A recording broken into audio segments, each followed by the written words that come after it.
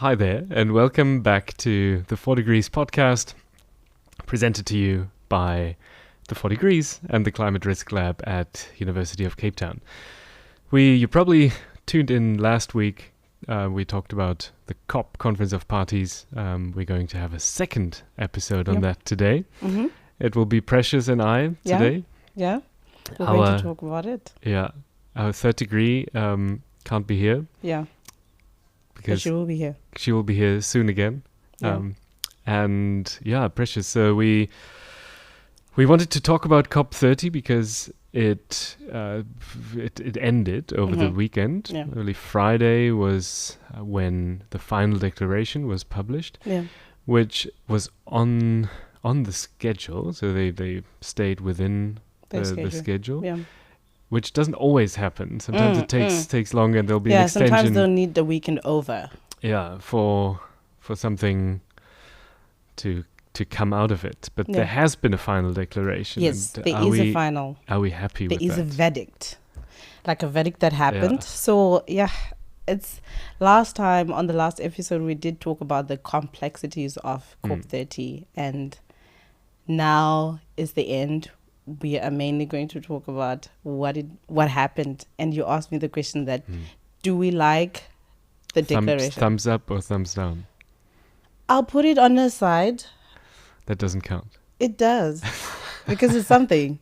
Okay. It's not entirely down. Okay. Because I feel like there are also good things that came out of it. But I also think that as it happens, that every year we actually have to meet. There is room for improvement for some other things. And there is, because we did get to cut our emissions as compared with the Paris Agreement being in place. Yes, good things have happened. We've actually cut some emissions. Since the Paris Agreement. Yes. 10 years Since 2015. ago. Again, exactly. Paris Agreement was I would enacted. say it's a good thing that has happened, because if it wasn't there, then it would have been a different story, right?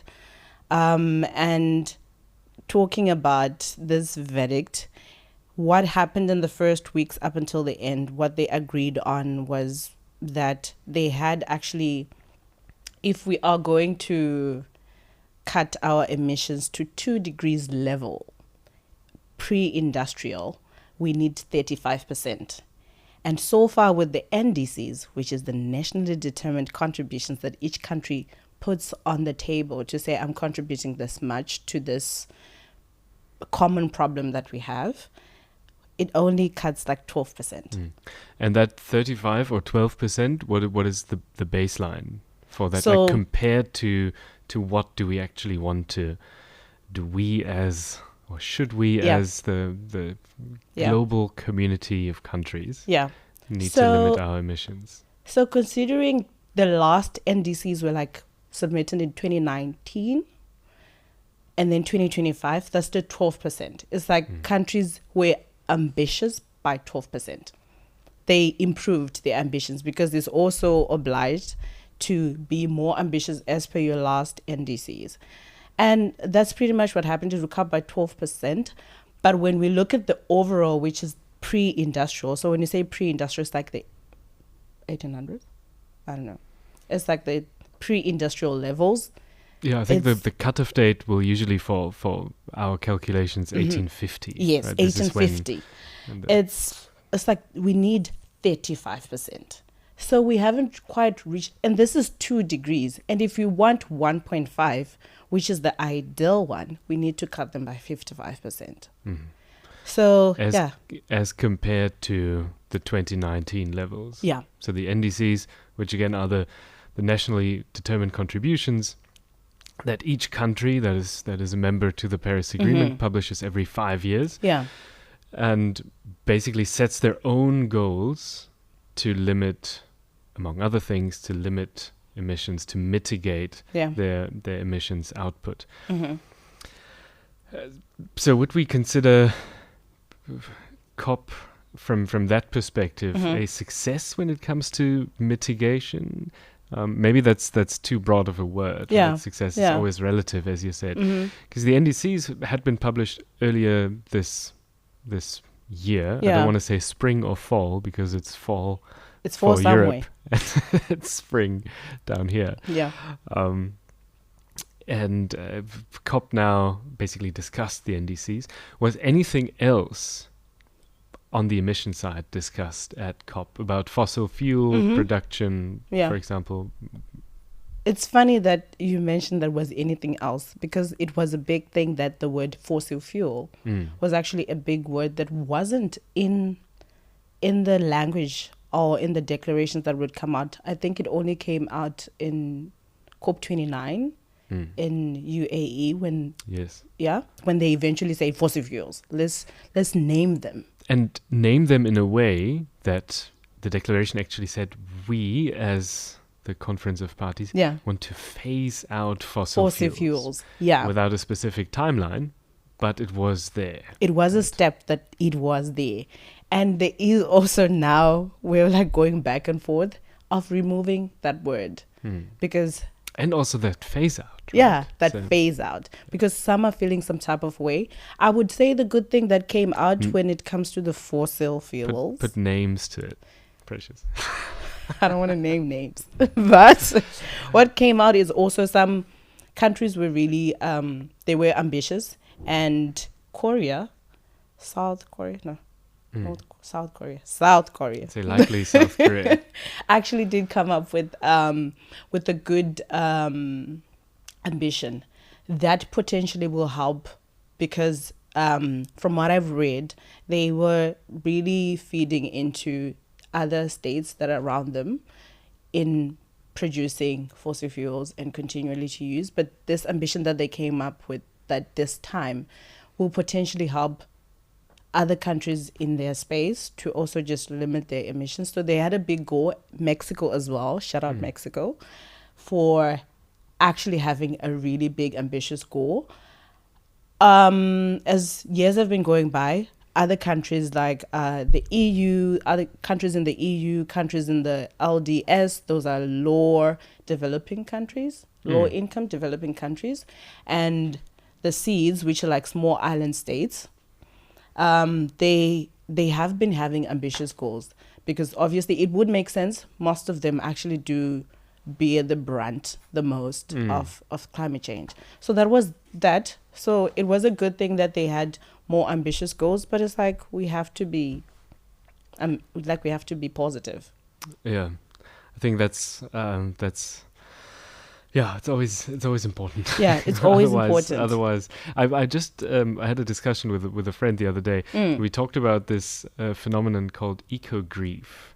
It's slightly different because there's also, I guess, climate anxiety. Yeah. Which then ties into like how are we looking actually at the climate crisis? And there's so many words to describe describe climate change, climate crisis, global warming, global heating, and there's also a tendency. Sorry, I'm going on a tangent. No A tendency to make climate change sound less concerning and less man-made, right? When we, for example, talk about climate change, it always feels like it's climate's changing. So what does it have to do with us? But it's like human caused climate change, global warming, because caused by emissions, human caused emissions. But sorry, sidebar, staying positive, you're absolutely right. And there was another positive development that, if you will, as a reaction to the fact that the phase out of fossil fuels was kicked out of the final declaration, that a lot of countries, I believe roughly half of the members, decided to host a separate convention earlier next year, dealing with more ambitious emission mitigation goals. And it was led by Colombia, which is also an oil-producing country. Yeah, and they have a roadmap. A roadmap of how we're going to get there eventually. Yeah. But I just want to say that those side conventions, good and bad, I would say, they're good in the sense that if we are going to go for a common good, then let's go for a common good. If someone else is deciding in the room to be a baby about fossil fuels that are real and that are not good for the environment. But also, they can be bad in the sense that, imagine if it's a convention of like, let's not phase them out, let's keep them. Then it becomes a whole back and forth, and I have a feeling that they could be that. It's just that we will know something about it. But for Colombia to be leading that, I don't know. How do you feel about that? I think we have to go. Yeah. To like actually know what's going on there. Yeah. Another thing that came out of COP30 is always the money. The reason why all of this. I was about to ask you. It's always about money. Where's the money? And what for? So, fun fact, let me ask you, how much do you think we actually need for climate finance or adaptation mitigation? How much do you think the whole world needs for us to get to where we actually need to get to? And where do we need to get to? That's a very interesting question. We need to get to 1.5 ideally, or 2 degrees. Yeah. So that's I would say I would want to split it up here. Yeah. So that's our mitigation goal. And of course that requires, I guess, for some countries, financing schemes to support the transition to renewable energies or less emitting fuels.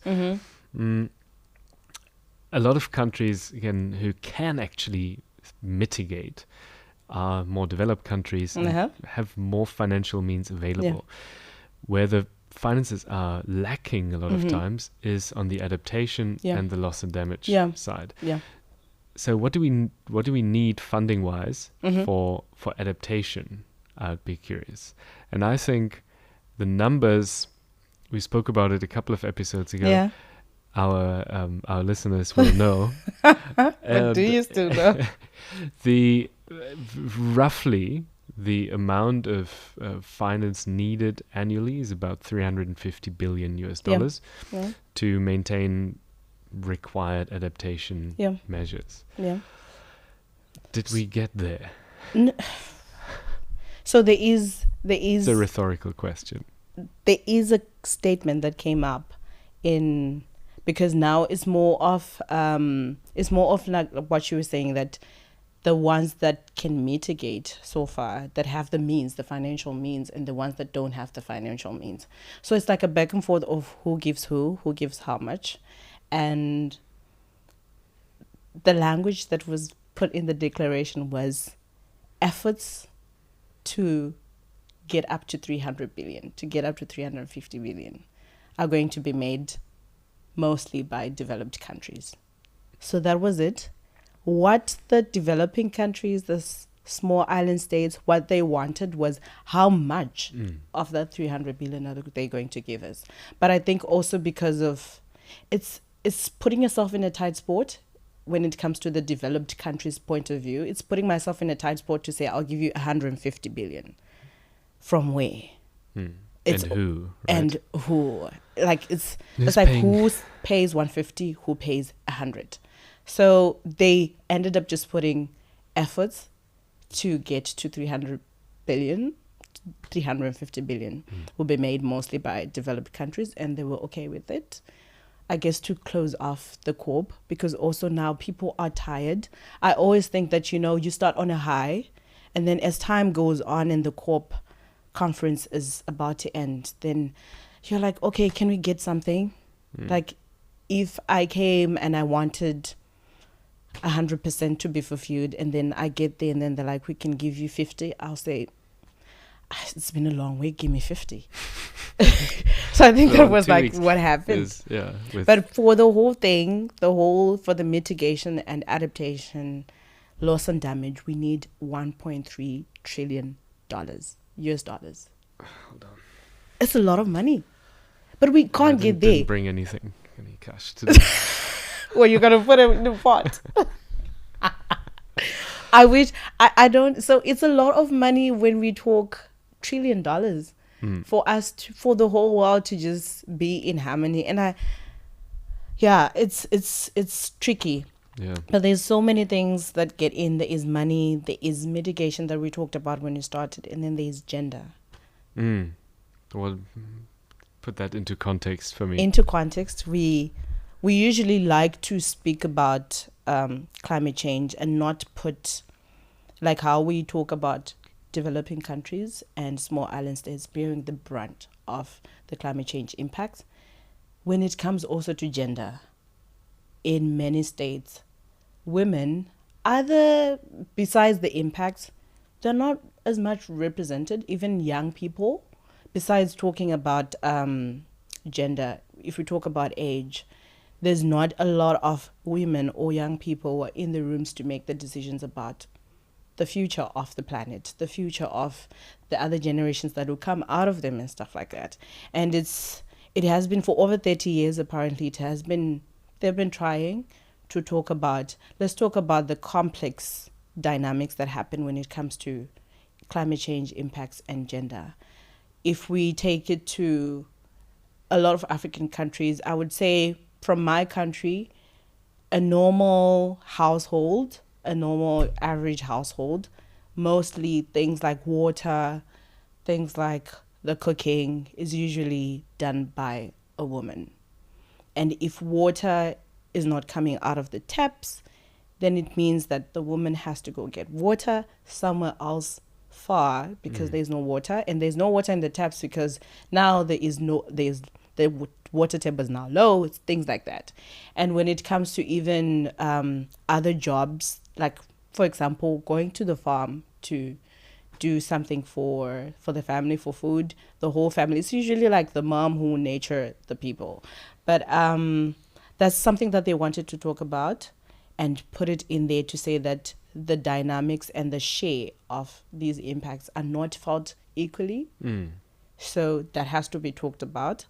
But the only good thing that came out of it was that it was highlighted, and there is a gender, they call it a gap gender plan, something, gender adaptation plan. I think, I'm not so sure. I'll fact check. But there is a plan to address that issue.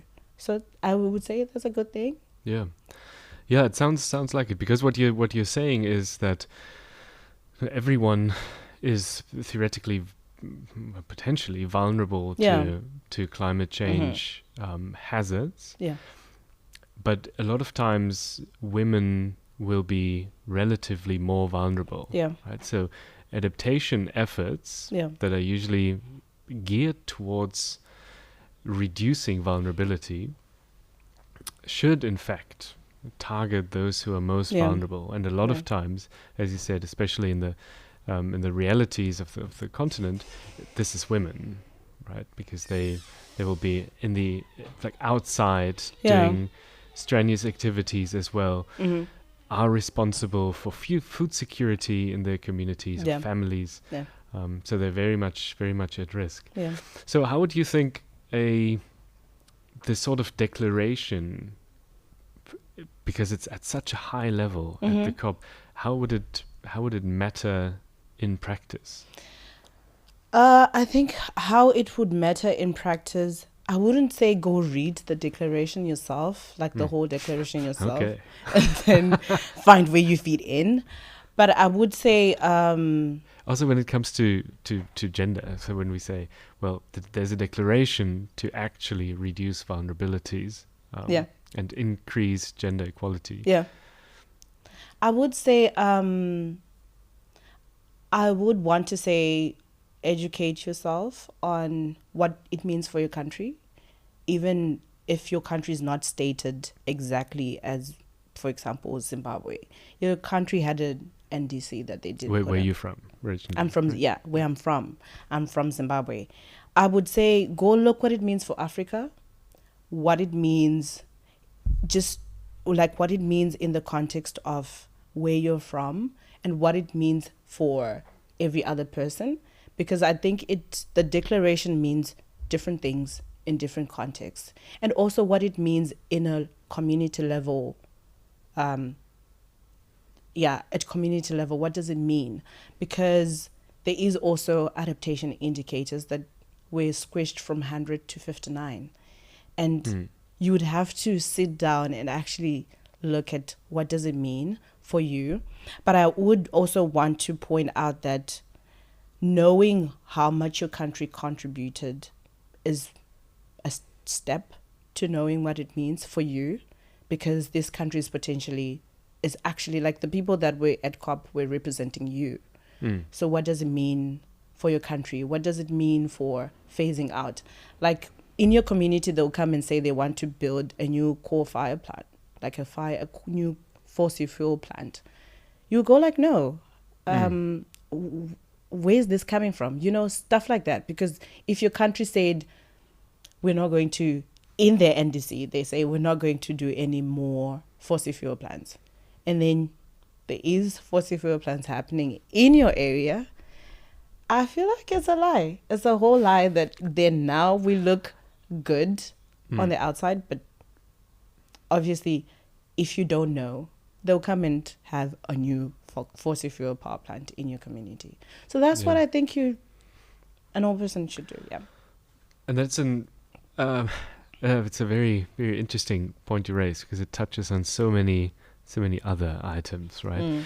So climate finance, adaptation finance, as we said, is supposed to reduce vulnerability. Yeah. Right? And at the end of the day, also improve what we call sustainable development. But then paradoxically, energy is usually, or electricity is also tied to, it's like understood to foster development, to increase sustainable development, and also to reduce vulnerability.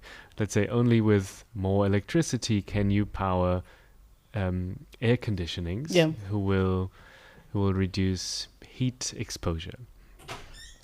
But a lot of times, and that adds to your point, the communities who are most vulnerable, they don't directly benefit from those development efforts, but actually exposed to even more hazards by the development, for example, by coal-fired power plants, health hazards, etc. So that is why sometimes when we look at climate risk, we also want to take into account adaptation responses at a potential lever to either decrease but also increase risk. Yeah. There could be a maladaptation component to that for some communities or for some people who are affected. It's very complex. It is complex. And I think that's the reason why I think we should know what it means in my context, because it's broad. And I think that's to just wrap it up, I guess, to when it comes to COP.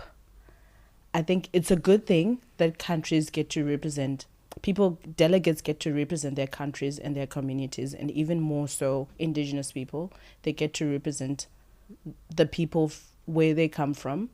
But it's also really important for you as a person in your community to know what it means for you, what they were going to stand up for, and know how you can get involved. No, absolutely.